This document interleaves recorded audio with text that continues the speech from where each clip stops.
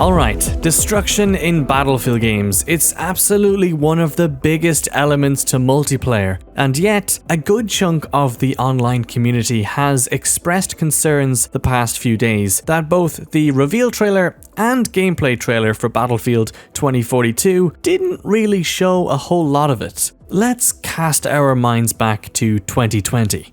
I promise we won't be here long.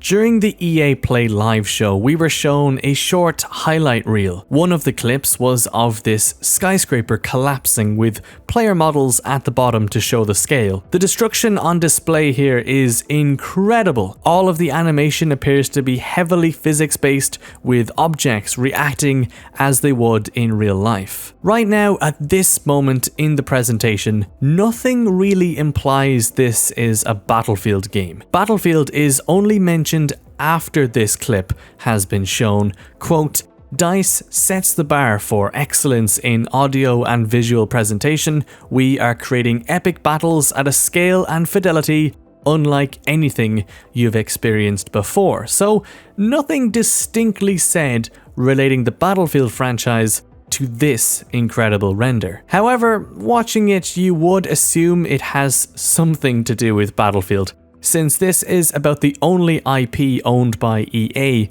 that pushes that sort of destruction. I still feel as though this tech is an example of the work being done by EA Gothenburg, as during a pre-reveal briefing, game changers like myself were told by EA that a new physics system has been created for this next generation of EA games like 2042. The thing to keep in mind here is that so far, EA and DICE have kept their cards very close to their chest on just about everything. They are very deliberate with what they say, how they say it, and when they say it. The reveal trailer was cinematic. It showed off the game's setting and the world, some of the weapons and vehicles available, as well as glimpses at some of the new specialists. The gameplay trailer expanded on this and showed off each of the mentioned a little bit more. But the thing is, they both left out so much. Players are still wondering what all of the different things mean on the new heads-up display,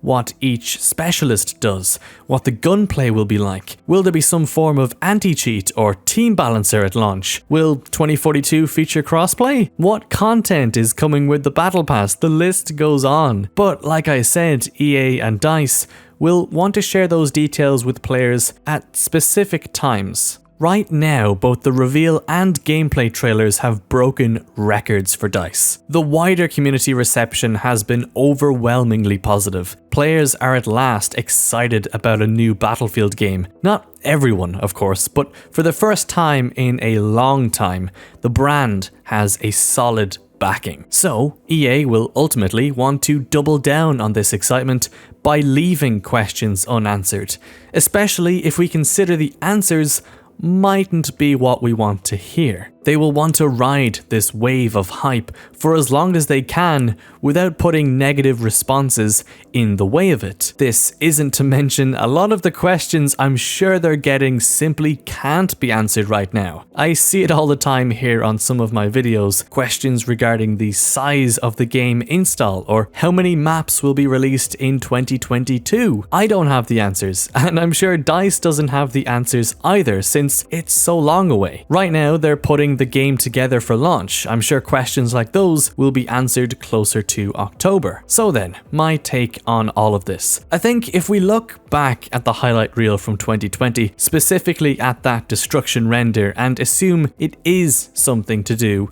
with Battlefield 2042, then I'm sure DICE will show it.